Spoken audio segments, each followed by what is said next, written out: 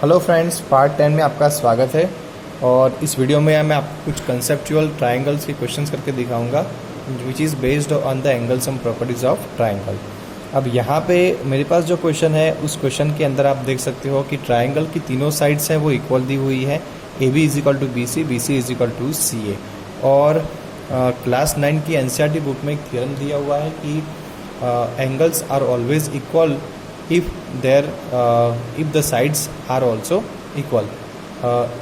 तो थियरम का मतलब ये है कि अगर ट्रायंगल की तीनों साइड्स इक्वल हैं तो साइड के अपोजिट एंगल्स भी कैसे रहेंगे, इक्वल रहेंगे।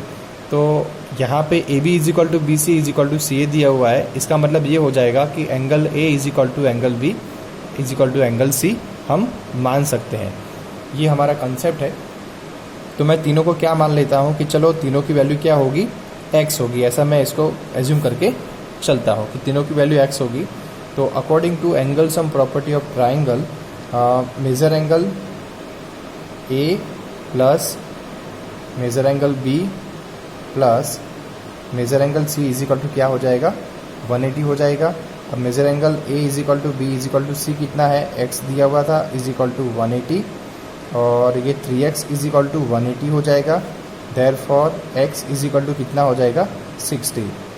क्योंकि 3 6 जा 18 होता है तो x की वैल्यू कितनी आ जाएगी, 16 आ जाएगी।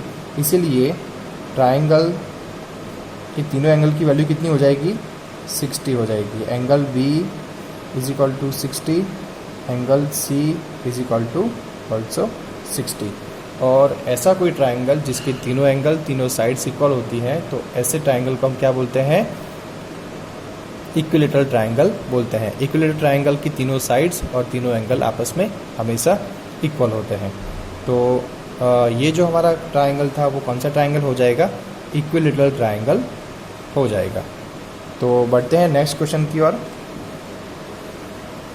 यहाँ पे देख सकते हो कि एक ट्रायंगल है मेरे पास और उस ट्रायंगल के अंदर दो साइड्स कैसी दी हुई है, इक्वल दी हुई है, राइट। तो इनके सामने वाले एंगल भी कैसे होंगे, इक्वल होंगे, क्योंकि साइड्स इक्वल हैं तो उनके सामने वाले एंगल्स भी इक्वल होंगे। और यहाँ पे angle A is equal to 50 दिया हुआ है। तो पहले हम गिवन लिख लेते हैं, angle A is equal to 50, right. Major angle B is equal to major angle C. क्यों, क्योंकि sides are equal, right. Side कैसी हैं, इक्वल हैं, उनके अपोजिट साइड्स। एंगल बी और एंगल सी के अपोजिट साइड्स कैसे हैं, इक्वल हैं आपस में, इसलिए एंगल भी कैसे हो जाएंगे, equals. Let assume it as x, इसको भी हम x मान लेते हैं, राइट। तो अभी हम क्या करेंगे, अकॉर्डिंग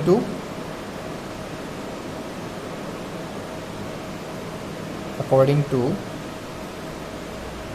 एंगल सम प्रॉपर्टी,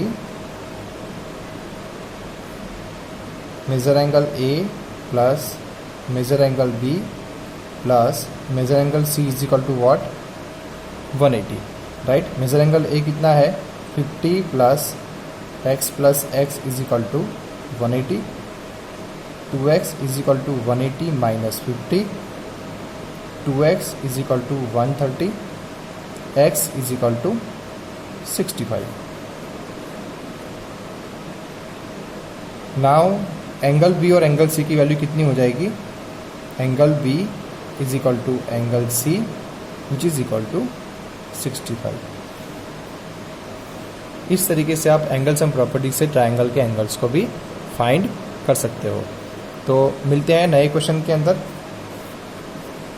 यहाँ पे हमारे पास क्वेश्चन नंबर 5 है और इसमें हमें क्या फाइंड करना है, देख सकते हो। पहले आप एंगल ए की वैल्यू 40 दी हुई है और एंगल जो बाहर का एक्सटीरियर एंगल है वो 50 दिया हुआ है और आपको एंगल बी फाइंड करना है। तो पहले तो मैं आपको बता दूं, एक कंसेप्ट यहाँ पे नया है जो आपको मैंने अभी तक नहीं बताया है। यहाँ पे देख सकते हो ये जो एंगल बन रहा है रेड पेन से मैंने आपको बताया, ये लीनियर एंगल है, राइट। एक स्ट्रेट लाइन में आने वाला एंगल है। तो अगर मैं इस एंगल को x मान लूँ, राइट, तो according to the linear pair x plus 50, जो रेड पेन से मैंने सर्कल किया है, यहाँ पे इतना एंगल x है और ये 50 है। मैं अगर दोनों का सम करूँ तो कितना आना चाहिए, 180।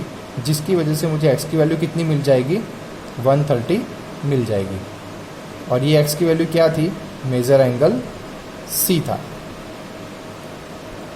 आई होप कि आपको इतना समझ में आया होगा, क्योंकि ये लीनियर पेयर बन रहा है तो x की वैल्यू कितनी हो जाएगी, 130, और x मैंने किसको एज्यूम किया था, एंगल C को एज्यूम किया था, तो एंगल C की वैल्यू कितनी हो गई, 30 हो गई, 130 हो गई, राइट। अब यहाँ पे major angle A is equal to कितना है मेरे पास, 40 है। Major angle C is equal to 130 अभी हमने फाइंड किया, और मेजर एंगल B हमें फाइंड करना है, राइट। तो हम क्या करेंगे, major angle A plus major angle B plus major angle C is equal to 180। A की वैल्यू 40 थी, B की वैल्यू 130, और C की वैल्यू B की वैल्यू हमें ढूंढनी है, और C की वैल्यू हमारे पास 130 थी। तो मेजर एंगल B मैं ऐसे लिख लेता हूँ, इज इक्वल टू 180। अब मुझे मेजर एंगल B चाहिए, तो इन दोनों का सम कितना होगा, 180 माइनस 140 प्लस कितना हो जाएगा, 170। Therefore major angle B is equal to what, 10 degree. तो आप इस तरीके से फाइंड कर सकते हो। अब यहाँ पे जो मैंने एक नया क्वेश्चन लिया है उसमें थोड़ा सा कंसेप्ट है, आप देख सकते हो मुझे मेजर एंगल B दिया हुआ है कितना, 30, और मेजर एंगल A की वैल्यू आपको फाइंड करनी हो तो देख सकते हो मेजर एंगल A है वो कुछ इस तरीके से है। आपको ये मेजर एंगल A ढूंढने के लिए बोला गया है, और मेजर एंगल A के सामने का एंगल कितने का है, 40 का है। तो ऑब्वियसली वर्टिकल अपोजिट एंगल से मेजर एंगल A की वैल्यू, ये दोनों एंगल कैसे होते हैं, इक्वल होते हैं। तो A की वैल्यू कितनी हो जाएगी, 40 हो जाएगी, और मेजर एंगल C आपको फाइंड करना है। तो वही angle sum property of triangle, therefore major angle A plus major angle B plus major angle C is equal to 180। A is equal to what, 40 plus 30 is equal plus angle C is equal to 180। Now it is 70 plus major angle C is equal to 180। Major angle C is equal to 180 minus 70 which is equal to measure angle C is equal to 110। Fine. तो आप इस तरीके से angle sum property का use करते हुए triangle के दो एंगल गिवन रहेंगे या कुछ ना कुछ कंसेप्ट आपको दिखा रहेगा, कुछ ना कुछ आपको हिंट दी रहेगी और आपको थर्ड एंगल ढूंढने के लिए बोला जाएगा। तो आशा करता हूँ कि आपको एंगल सम प्रॉपर्टी के ऊपर के सारे एंगल्स, सारे सम्स को समझ में आए हैं। तो मिलते हैं नए पार्ट में एक नए कंसेप्ट के साथ, तब तक के लिए थैंक यू सो मच।